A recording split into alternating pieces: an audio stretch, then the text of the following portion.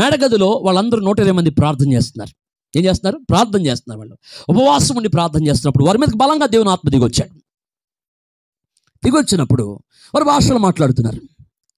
భాషలు మాట్లాడుతూ పేతురు మరి అందరినీ ఆయన కూడా భాషలు మాట్లాడుతూ దేవుని ఘనపరుస్తూ ఉండగా చుట్టుపక్కల ప్రజలు వేల మంది పోగైపోయి, ఏంటి ఇక్కడ వింత జరుగుతుంది, వీళ్ళేదో కొత్త మద్యం తాగినట్టున్నారు, వీళ్ళందరూ ఏదో మందు కట్టి చిందులేస్తున్నారు అనుకొని వాళ్ళంతా కూడా రకరకాలుగా మాట్లాడుకుంటున్నారు.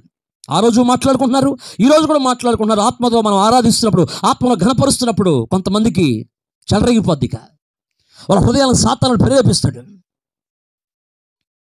అయితే అటువంటి పరిస్థితులు వేల మంది వచ్చి అక్కడ ఏంటి అని విమర్శిస్తుండగా పేతురు గారు వాళ్ళ మధ్యలో నిలబడి ఆత్మపూర్ణుడై అభిషేకంతో నింపబడి పరిశుద్ధాత్మను ప్రేరేపించగా మాట్లాడుతున్నాడండి. మాట్లాడుతున్నప్పుడు అక్కడ ఇంచుమించుగా 3,000 మంది హృదయాలు గుచ్చబడి పొడవబడి వాళ్ళందరూ కూడా యేసుక్రీస్తు నామంలో బాప్తిస్మాన్ని పొందారు. మీరు చెప్పండి, ఇన్ని వేల మంది హృదయాలు ఒకేసారి ఒప్పుగించబడి గుచ్చబడి పొడవబడి వాళ్ళందరూ బాప్తిస్మం తీసుకోవడానికి ఇక్కడ ఎవరి పాత్ర ఉంది? ఇక్కడ ఎవరి పాత్ర ఉంది? వేల మంది హృదయాలు ఒప్పించబడటానికి పేతురు పాత్ర, 120 మంది పాత్ర, లేక పరిశుద్ధాత్మని పాత్ర? పరిశుద్ధాత్మని పాత్ర. పేతురు ఆత్మతో నింపబడి మాట్లాడినప్పుడు, ఆత్మాభిషేకంతో నింపబడి మాట్లాడినప్పుడు 3,000 మంది హృదయాలు గుచ్చబడ్డాయి. 3,000 మంది హృదయాలు మార్పు చెందాయి. దేవుని స్తోత్రం చెల్లిద్దాం. ఈరోజు మీరు కూడా, నేను కూడా, మనమే కాదు, లైవ్ చూస్తున్న బిడ్డలందరూ కూడా మనంగా ప్రకటించడం కాదు, పరిశుద్ధాత్మతో ప్రేరేపించబడి ఆత్మచేత రేపబడి. శాంసన్ గురించి బైబిల్ రాయబడింది, అతని జోర్యాకి ఎస్తేల మధ్యలో మెహనదాన్లో పరిశుద్ధాత్మత రేపబడినట్టండి. హల్లెలూయా. అందుకే శాంసన్కి జయం వచ్చింది.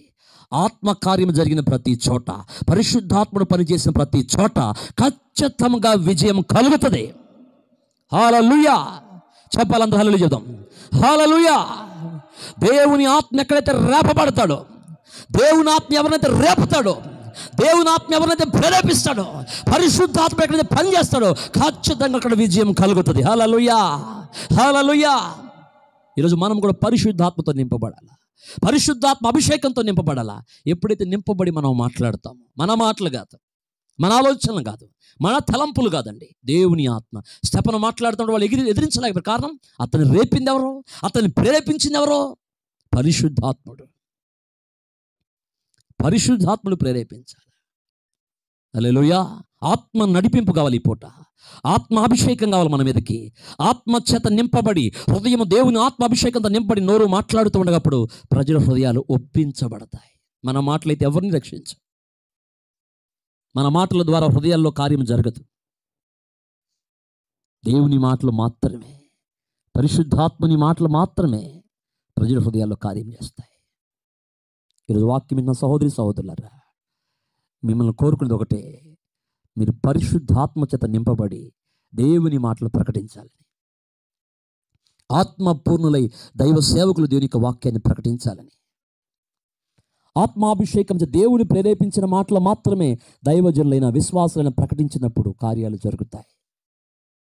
మన సొంత మాటలు, మన సొంత ఆలోచనలు ఎక్కడా పనిచేయవు. మనం ఎవరిని రక్షించలేం. రక్షకుడు యేసు ప్రభువారు. ఒప్పించేది పరిశుద్ధాత్మ దేవుడు. హల్లెలూయా. కాబట్టి రాత్రి మనందరం కూడా ఆత్మపూర్ణులం కావాలి. ఒకటి, పరిశుద్ధాత్మలో ప్రకటించాలి. రెండోది, పౌలు శీల చెరసాల్లో వేయబడి అపోస్తల కార్యం ఉంది, రెఫరెన్స్ చెప్పలేని ఇప్పుడు సమయం లేదు కనుక, వాళ్ళు పౌలు శీల చెరసాల్లో స్తుతిస్తున్నప్పుడు వాళ్ళు ఆత్మపూర్ణులై ఆ సమయంలో కూడా పరిశుద్ధాత్మ వాళ్ళని బలపరచగా, గాయాలున్నా, కొట్టబడ్డా, నిందించబడ్డా, అవమానించబడ్డా, చేతికి సంఖ్యలో కాళ్ళకు బండలు బిగించబడి భయంకరమైనటువంటి ఆ జైల్లో వేసినప్పుడు వాళ్ళు ఆ దెబ్బలు చూసుకుని ఏడవలేదు. ఎందుకు వచ్చామని వాళ్ళు నిరాశపడలేదు. దేవుని కొరకు బ్రతుకుతుంటే, దేవుడి మాట ప్రకారం వస్తే ఏంటి మాకు ఈ పరిస్థితి, ఎందుకు ఈ శ్రమ అని చెప్పి వాళ్ళు అనుకోకుండా చెరసాల్లో కూడా పాటలు పాడుతున్నారు.